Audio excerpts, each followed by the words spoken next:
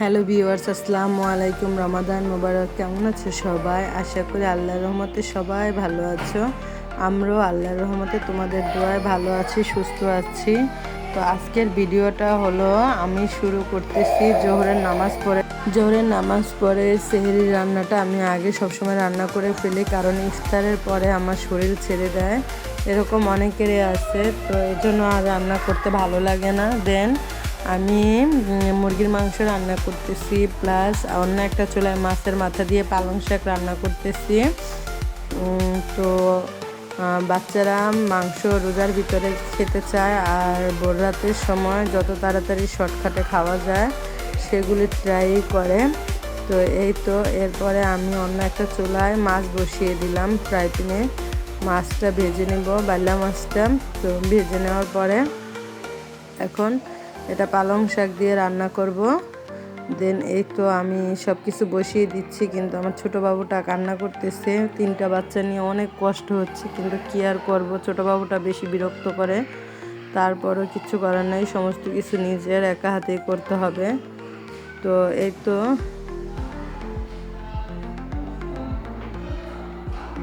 তো আমার রান্না বান্না প্রায় কমপ্লিট হয়ে গেছে। তো এখন আমি ইফতারের জন্য শুরু করে দিলাম।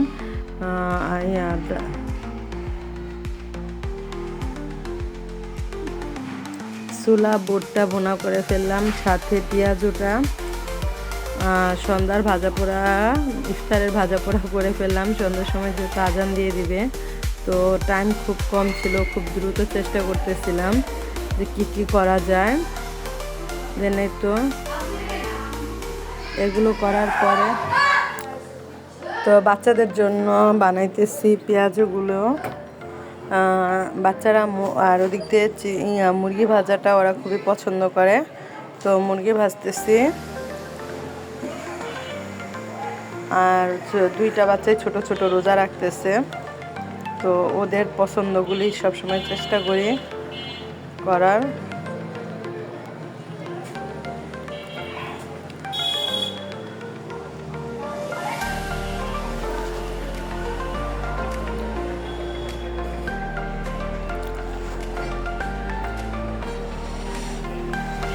আর এখন রমাদান মোবারকের সময় সবসময় ইবাদতটা বেশি প্রয়োজন, কিন্তু কাজের চাপও অনেক, এক হাতে পারি না, খুব কষ্ট হয়।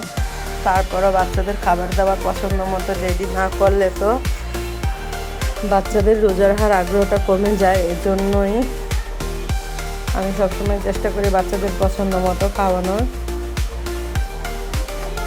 এখন এখানে একটা পাতিলা দিয়ে দিলাম, এখানে মোমো বানিয়ে রেখেছিলাম অনেকক্ষণ আগে, সেগুলো ভাবে দিব।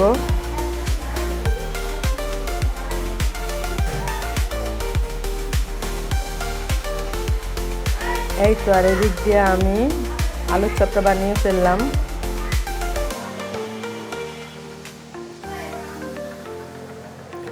মুরগি ভাজাটা অর্ধেক ভেজে নামিয়ে দিচ্ছি, কারণ এত রান্না পারবো না।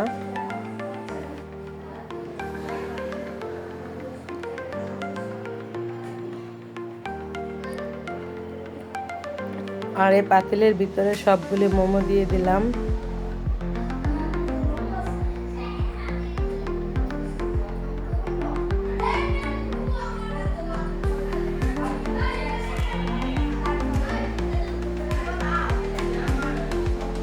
এখন 2টা আলুর চপ বাকি ছিল অবশিষ্ট, সেগুলো দিয়ে ডিম চপ বানিয়ে ফেললাম।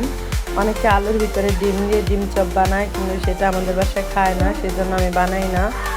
দেন আমি এভাবে খাই, এভাবে পছন্দ করে, ওইভাবেই ট্রাই করি। আর আমার আম্মুকে যেভাবে দেখতাম ছোটোবেলায় সেভাবেই। এখানে বেগুন কেটে রেখেছিলাম, বেগুনি বানাইলাম, বেগুনি বানাবো, তো ভিজিয়ে রেখেছি। আর এখানে এখন ফল কেটে ফেলবো, প্রায় আজানের সময় চলে আসছে। দেন মালটা, আপেল, তরমুজ, এগুলো সব পেয়ারা, যেগুলো ধোয়ার কাজ সেগুলি ধুয়ে নিব। ধুয়ে নিয়ে তারপর একটা বাটিতে নিয়ে সুন্দরভাবে কেটে ফেলবো।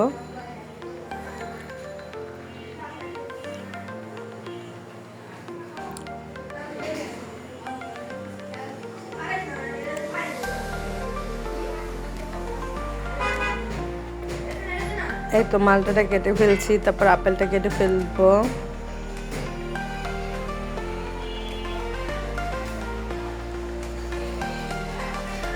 তারপরে পেয়ারা, তারপরে খিরাই।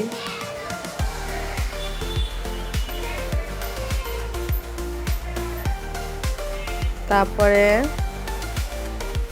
আমি একটা সালাদ বানাই শসা, লেবু আর কাঁচামরিচ দিয়ে, খুবই মজা লাগে। দেন এই তো আমি আলুর চপ, পেঁয়াজু বেগুনি বানিয়ে ফেলছি। তো এই তো আজকে আমার ইফতার রেডি। দেন এখন আজানের জন্য সবাই অপেক্ষা করবে। তো এখানে দেখি আমার খেজুরগুলি আনা হয় নাই। দেন এই তো একটু পরে বাচ্চারা খেজুর রেখে দিবে।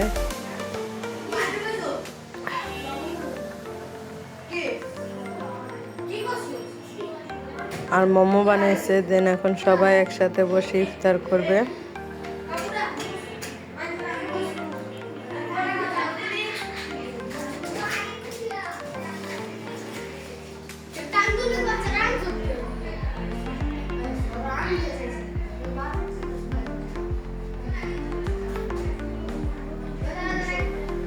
এখন আমরা সব কিছু মোটামুটি গুছিয়ে ফেলছি। দেন এখন আজানের জন্য অপেক্ষা করতেছি।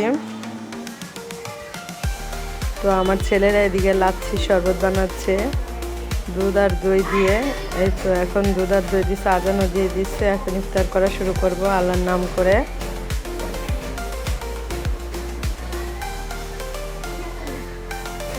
তো সবাই টেবিলে বসে গেছে। দেন এখন আমরা ইফতার করব।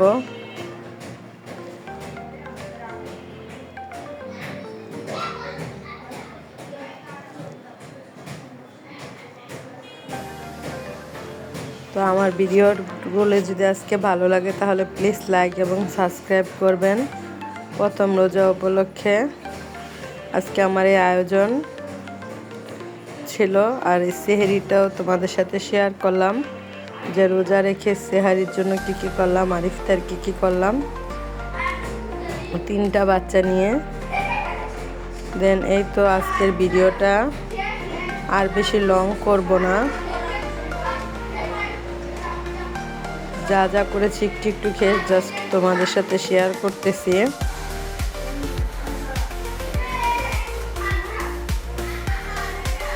আর এই মাংস ভাজাটা জাস্ট আমার জন্য, তারপরে বাচ্চারা খেয়ে ফেলতেছে।